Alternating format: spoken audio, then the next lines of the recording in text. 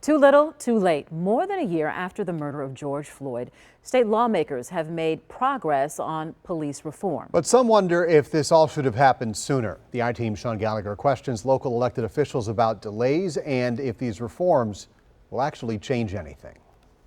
What's his name? George Floyd! 1 year ago this week, George Floyd became a household name. Protesters across the country making his name a rallying cry for everything that was wrong with law enforcement.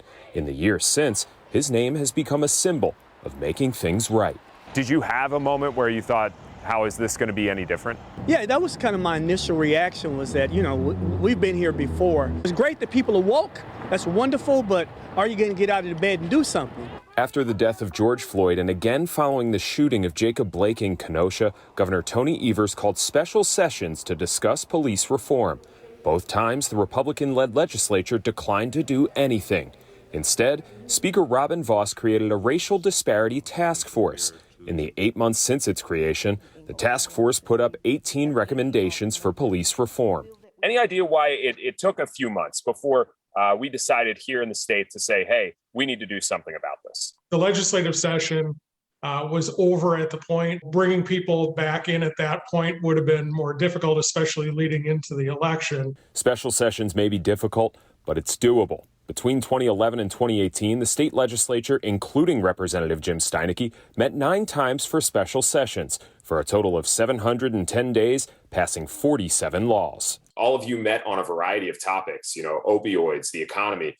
But when it comes to police reform for the betterment of African Americans, are you saying it's too difficult to come together for that? No, and that wasn't my only point. My main point was the fact that the governor, in this call for the special session, just launched these bills at the legislature, not working with the legislature, not bringing Republicans and Democrats together, not bringing law enforcement and communities of color together. Steineke was named as a co-chair of the task force, alongside a co-chair from across the aisle, Democratic Representative Sheila Stubbs. First and foremost, this work should have been done before Representative Stubbs arrived at the Capitol. They say their ability to work together produced these 18 recommendations, nearly half of which were recommended by the governor last June, including chokehold bans, funding for community-led violence interruption tactics, and improving overall police transparency. These discussions couldn't be had during a special session, but discussions on opioids and the economy can. No, I never said that. My point was there were special sessions held on those during your time. Those were issues where people were coming together early before the special sessions were called to work on these issues. That's not what the governor did. People like historian and racial equity teacher Reggie Jackson feel like this is a start to something. There's conversation about change, which is rare, right? We rarely have those conversations. Particularly, we rarely have those kind of bipartisan conversations about these types of changes. So to me, that's progress. But I always say that, the proof is in the pudding. How can people trust that, this isn't just lip service, that you guys are actually going to get these bills passed?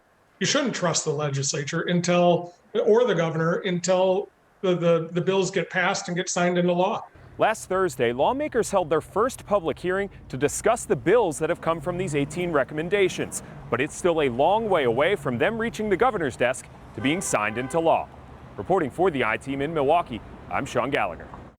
Sean, thank you. And tomorrow night at 10, concerns about a lack of Milwaukee representation on the Racial Disparities Task Force.